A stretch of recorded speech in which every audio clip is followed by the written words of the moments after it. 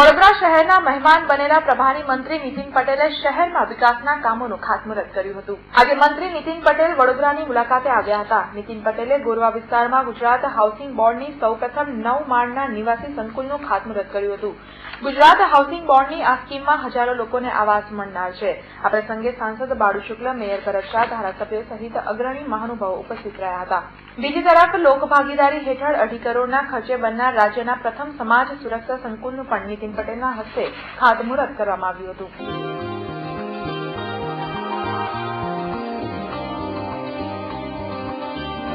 વિકલાંગ, અપંગ, મૂક, બધિર, અંધ એવા બાળકોની અહીંયા રહેવાની, જમવાની, અભ્યાસની અને એમના માટે જરૂરી નાની મોટી તાલીમની તમામ વ્યવસ્થા ઉપલબ્ધ કરવામાં આવી છે। એની સાથે સાથે સમાજમાં જેમને જરૂર છે એવા આપણા વડીલો, વૃદ્ધો, એમને પણ અહીંયા વૃદ્ધાશ્રમમાં રહેવા માટેની વ્યવસ્થા કરવામાં આવી છે।